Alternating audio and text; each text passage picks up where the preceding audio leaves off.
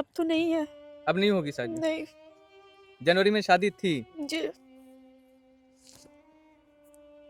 वही जाने वाला था, दीदी का मेरा 6 का जाने वाला था, शादी था।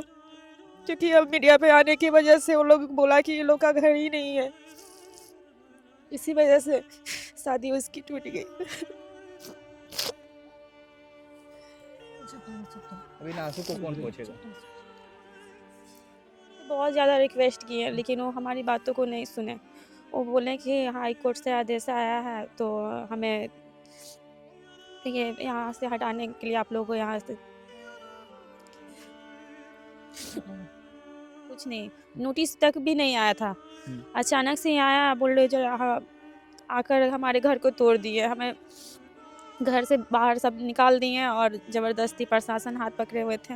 और अब हम लोग बोले कि हमारे सर अंदर सामान पड़ा हुआ है, सर निकालने दीजिए। वो लोग तोड़ कर चले गए, हमारी एक भी बात नहीं माने वो लोग।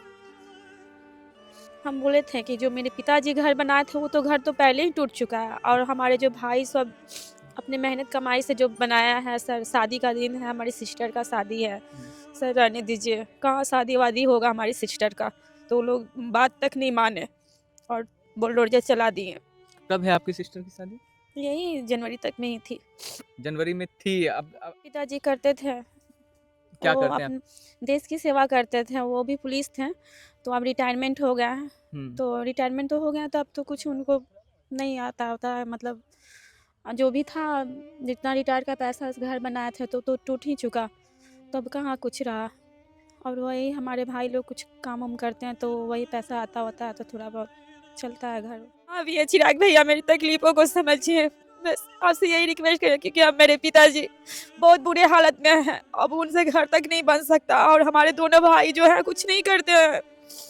इस बेटी की आंखों के आंसू को आपने देखा, आपने सुना कि किस तरीके से उन्होंने बताया कि कैसे उसकी बहन की शादी होने वाली थी जनवरी में, लेकिन वो नहीं हो सकी, वो नहीं हो सकेगी। ये उस जगह की तस्वीर है जहां खुद बिहार के मुख्यमंत्री नीतीश कुमार का घर है। बिहार के नालंदा से ये तस्वीरें हम आपको दिखा रहे हैं। शिवनंदन नगर, वहां पर शिवनंदन नगर करके एक गांव है, उस गांव का ये मामला है जो नालंदा में पड़ता है। बिहार के मुख्यमंत्री नीतीश कुमार का गृह जिला है नालंदा, लेकिन जब 20 वर्ष तक मुख्यमंत्री रहने के बाद आज बिहार के मुख्यमंत्री नीतीश कुमार के हाथों में उनका गृह मंत्रालय नहीं है, तो बिहार के मुखिया इतने बेबस हो गए कि उनके गृह जिला में इस तरह से बुलडोजर की कार्रवाई हो रही है, बेटियां चीख रही है, चिल्ला रही है, रो रही है, मदद की गुहार लगा रही है, और कोई नेता वहां पहुंचने वाला नहीं है।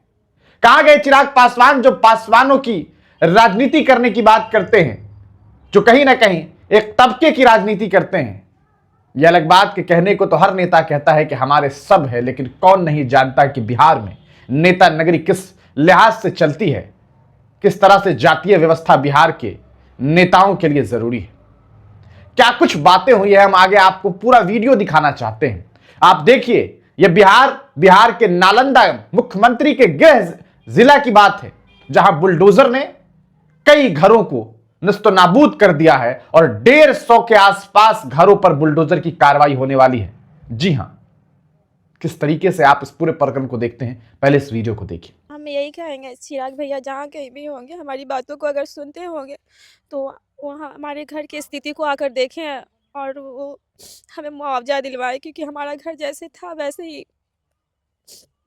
अच्छा, आप पासवान समाज से हैं, यस। इसलिए आप चिराग पासवान से रिक्वेस्ट कर रही हैं? हाँ। घर में खाने के लिए राशन पानी है? नहीं। ये कितने रूम का ये घर था आपका? यहाँ 6 घर का था।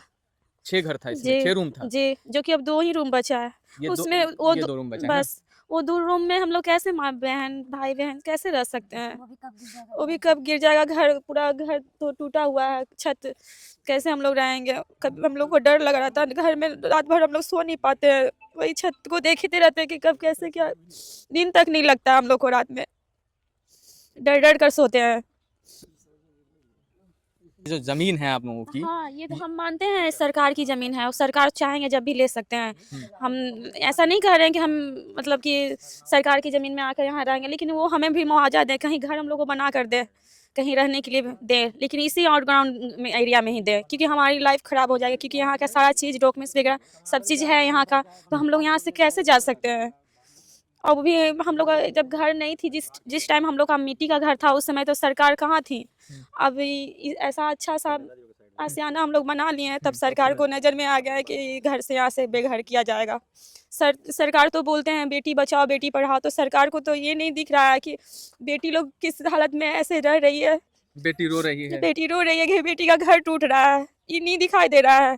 उनकी भी तो बेटियाँ होंगी, उनको भी तो थोड़ा तकलीफ होता होगा कि जिस तरह से एक बेटी का घर उजड़ रही है, उसी तरह मेरी भी बेटी का घर एक दिन उजड़ेगा, तो फिर कैसा उनको महसूस होगा। बस यही हम उनसे करना चाहते हैं। चिराग भैया जहाँ भी आप हैं, मेरी बातों को समझिए और हमें मुआवजा दिलवाइए, क्योंकि हमारा बहन का जो शादी था वो घर टूट चुका, अब घर भी टूट चुका, शादी भी टूट चुकी है। अब जहाँ कहीं भी है, हमें हमसे आने मिलने की कष्ट कीजिए, हमारे घर को देखिए, हमारी स्थिति को देखिए। देखा आपने इस वीडियो के उस दर्द को आप महसूस कर सकते हैं या नहीं कर सकते, ये तो आप पर निर्भर है। लेकिन ये बात कतई इनकार नहीं किया जा सकता कि जिस तरह का सलूक हिंदुस्तान के इस राज्य में लोगों के साथ हो रहा है, यह कतई मंजूर नहीं किया जा सकता। हाईकोर्ट ने क्या फैसला दिया, किस तरह का फैसला दिया, यह तो प्रशासनिक व्यवस्था से जुड़े हुए लोग जानेंगे समझेंगे, लेकिन इस बात से कौन इनकार कर सकता है कि इसी हिंदुस्तान के सबसे सर्वोच्च न्यायालय सुप्रीम कोर्ट ने, इसी बिहार के हाई कोर्ट ने कई बार कहा कि किसी के घर को उजाड़ने से पहले उसके घर की व्यवस्था करने की जिम्मेदारी आपकी है। आप पहले रैन बसेरा बनाएंगे, आप लोगों को घर देंगे, उनको जमीन देंगे, घर देंगे, तब उनके घर को उजाड़ेंगे। किसी की बेटी की शादी थी, किसी की बहन की शादी थी, आपने उसके घर को उजाड़ दिया, आपने उसकी जिंदगी को तबाह बर्बाद कर दिया। उस बेटी की शादी अब नहीं होने वाली। उस बेटी की सोच करके देखिए कितने ख्वाब बुने होंगे, वो ख्वाब घर के साथ टूट गए। किसी और ने नहीं, बल्कि उसी जिला का बेटा मुख्यमंत्री नीतीश कुमार, उन्हीं के गृह मंत्रालय ने उन्हीं के क्षेत्र में जाकर के बुलडोज़र की कार्रवाई की और एक बेटी जिसकी शादी होने वाली थी, उसके ख्वाबों को चकनाचूर कर दिया। कौन हिसाब देगा, कैसे जवाब देंगे जब इन लोगों के सामने आप खड़े होंगे।